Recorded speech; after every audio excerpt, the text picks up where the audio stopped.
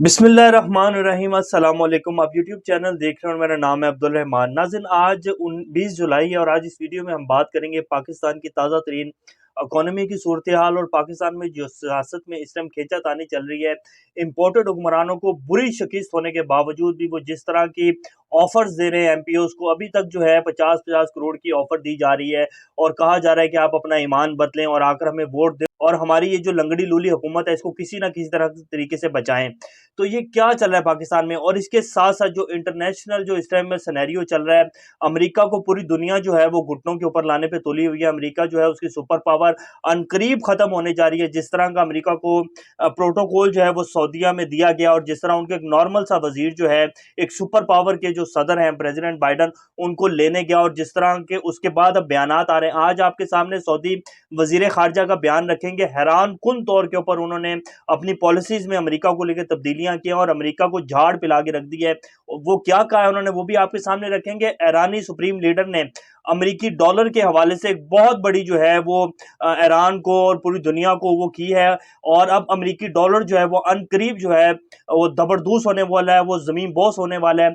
पूरी दुनिया जो है वो इस तरह लेकर चल रही है, खास तौर पे एशियाई ममालिक जिनमें चाइना, तुर्की, सऊदी अरेबिया, ईरान, ये किस तरह अमेरिका को डील कर रहे हैं ये भी आपके सामने रखेंगे। पाकिस्तान की इकोनॉमी जो है वो बिल्कुल नियर टू कोलैप्स है। पाकिस्तान को जितने भी इंटरनेशनल अदारे हैं, एजेंसियां हैं, उन्होंने पाकिस्तान को आउटलुक पर मनफी करार दे दिया, और अब जितनी भी इन्वेस्टमेंट जो कंपनियां पाकिस्तान में इन्वेस्ट करना चाह रही थी और जो ऑलरेडी इन्वेस्ट कर चुकी हैं वो अपनी सारी इन्वेस्टमेंट जो है वो बाहर निकाल लेंगी, और पाकिस्तान में अब कोई भी मुल्क जो है इन्वेस्ट करने के लिए तैयार नहीं होगा, क्योंकि पाकिस्तान की रेटिंग जो है वो मनफी में जा चुकी है। पाकिस्तान नियर टू डिफॉल्ट हो चुका है। डॉलर जो है पिछले 3 माह के अंदर, 90 दिन के अंदर 40 रुपए से ऊपर बढ़ चुका है। पाकिस्तान रुपए की जो कदर है वो 40 रुपए कम हो चुकी है। हमने कल भी इसके बारे में बात की थी, लेकिन हमारे जो इंपोर्टेड हुक्मरान है, खासतौर पर ये 3 हुक्मरान, ये जो आपके सामने स्क्रीन के ऊपर वीडियो चल रही है, ये आपस में बैठे हुए एक दूसरे को जोक सुना रहे हैं और हंस रहे हैं। ये वही 3 बंदे हैं जिन्होंने 14 पार्टियों को इकट्ठा किया। शहबाज शरीफ साहब, मौलाना फजलुर रहमान साहब और जरदारी साहब। इन लोगों को कोई फिक्र नहीं है पाकिस्तान बेशक तबाह हो जाए, बर्बाद हो जाए, लेकिन इन लोगों की सियासत बचनी चाहिए। इन लोगों को ये 6-7 महीने जो है आगे हुकूमत चलाने के लिए कोई ना कोई तरीके जो है ये आजमाने के लिए तैयार है। ये कहते हैं कि पाकिस्तान बेशक तबाह हो जाए, बर्बाद हो जाए, लेकिन हमें हमारी जो सियासत है वो चलनी चाहिए। अगर हमारी सियासत नहीं चलती और फिर बेशक ये मुल्क तबाह हो जाए, बर्बाद हो जाए, अगर हम नहीं तो कुछ भी नहीं। ये इस सोच के ऊपर जो है अमल पैरा है और ये पाकिस्तान को हर सूरत में जो है अपनी सियासत जो है बचाना चाहते हैं। बेशक पाकिस्तान जो है वो दाव पर लग जाए, पाकिस्तान की 22 करोड़ आवाम जो है उसका कोई हाल नहीं है। महंगाई का जो तूफान अब आने वाला है डॉलर की इतनी बड़ी छलांग की वजह से, वो भी आप लोगों को पता लग जाएगा। लेकिन इस टाइम हमारी जो सियासत है, जो लोकल सियासत है पंजाब की, और जो इस टाइम इलेक्शन नहीं करवाना चाह रहे, जिस तरह ये लोग 50-50 करोड़ की ऑफर दे रहे हैं एमपीएस को कि आप अपना ईमान बदलें और दोबारा से जो है हमारी सियासत को, हमजा की जो गवर्नमेंट है इसको बचाएं। लेकिन अब होने क्या जा रहा है वो भी आपके सामने रखेंगे। सुलेमान शरीफ साहब जो कि इश्तिहारी मुजरिम है पाकिस्तान के, शहबाज शरीफ साहब के बेटे हैं, उन्होंने भी एक ट्वीट किया, वो भी आपके सामने रखेंगे। और इंटरनेशनल जो दुनिया है उसमें कैसे ग्राफ जो है चेंज हो रहा है, ताकत का, सुपर पावर जो है वो घुटनों पर आ रही है, ये सारे आज टॉपिक्स के ऊपर आपसे बात करेंगे। इससे पहले अगर आप लोगों ने चैनल को सब्सक्राइब नहीं किया तो रेड बटन को प्रेस कर लें और बेल आइकॉन को प्रेस कर लें, ताकि लेटेस्ट अपडेट्स आप लोगों को मिलती रहे और ये जो हमारा ताल्लुक है ऐसे ही जुड़ा रहा है। सबसे पहले हम पाकिस्तान की जरा लोकल सियासत के ऊपर बात कर लेते हैं। कल से शोर डल रहा था कि जी चौधरी शुजात हुसैन साहब जो हैं वो परवेज इलाही को वोट नहीं डालेंगे, तो आज चौधरी शुजात हुसैन ने क्लियर कर दिया कि कोई लेटर नहीं जारी करूंगा। चौधरी परवेज इलाही जो है वो हमारी वजारत आला के उम्मीदवार हैं, कोई नंबर गेम नहीं है। मुल्क को जो है सिर्फ नंबर गेम की वजह से नुकसान मत पहुंचाए। मुल्क बहुत तबाही की हालत पर पहुंच चुका है।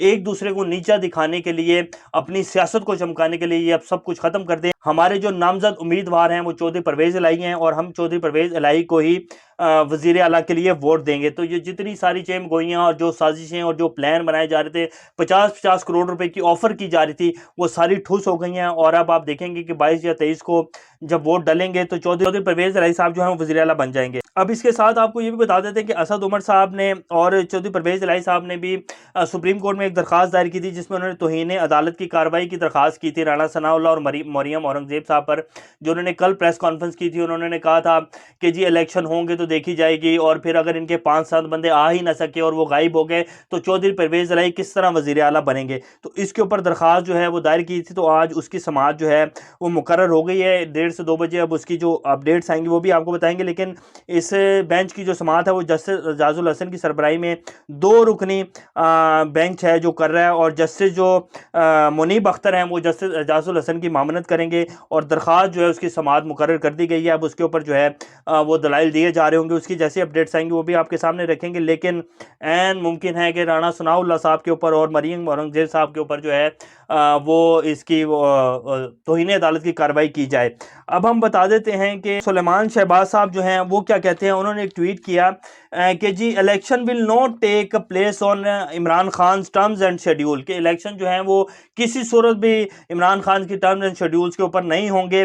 मियां Nawaz Sharif held the trump card, will keep you posted. मियां नवाज शरीफ के पास अभी भी एक ट्रम्प कार्ड है और हम इंशाल्लाह जल्द आपके सामने रखेंगे।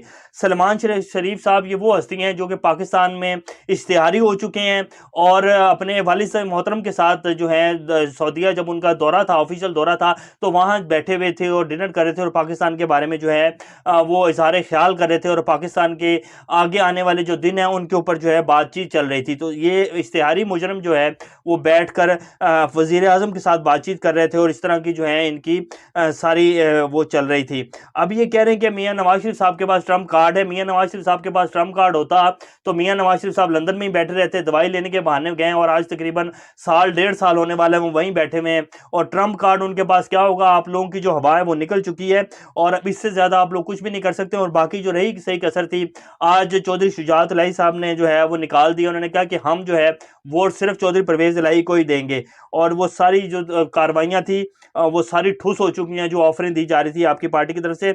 अब आपको एक और बड़ी वसूख जराई की खबर है वो दे देते हैं कि कौमी असम्बली जो है वो जल्द तहलील करने की समरी जो है वो सदर तक पहुंच जाएगी, और ये बड़ी जराए की खबर है जो हम आपको दे रहे हैं। ये 24 से 48 जो अगले घंटे हैं, ये आप देखिएगा कुछ ना कुछ बहुत बड़ी हलचल होगी और कौमी असम्बली तहलील हो जाएगी, क्योंकि शहबाज शरीफ साहब को पता चल चुका है कि पंजाब हुकूमत को हम नहीं बचा सकते हैं। सिर्फ एक चौधरी शुजात इलाही थे जो उनके पास ट्रम्प कार्ड थे, और वो उन्होंने खेलना था, जिसका जिक्र जो है सलमान शरीफ साहब भी कर रहे हैं। तो वो ट्रम्प कार्ड ने आज सारा उनके सामने खोल के रख दिया कि हम सिर्फ वोट जो है वो परवेज इलाही को देंगे। तो कोई ट्रम्प कार्ड शार्ड इनके पास नहीं है। अनकरीब इनके पास सिर्फ एक ही रास्ता है इज्जत बचाने का, और वो ये है कि ये असम्बलियाँ तहलील करेंगे, और उसके बाद ये भरपूर कोशिश करेंगे हम मुल्क से किसी ना किसी तरीके से फरार हो जाएं। तो ये इस टाइम पाकिस्तान की सियासत में चल रहा है। बहरहाल इकॉनमी की जो सूरत हाल है वो बिल्कुल भी अच्छी नहीं है।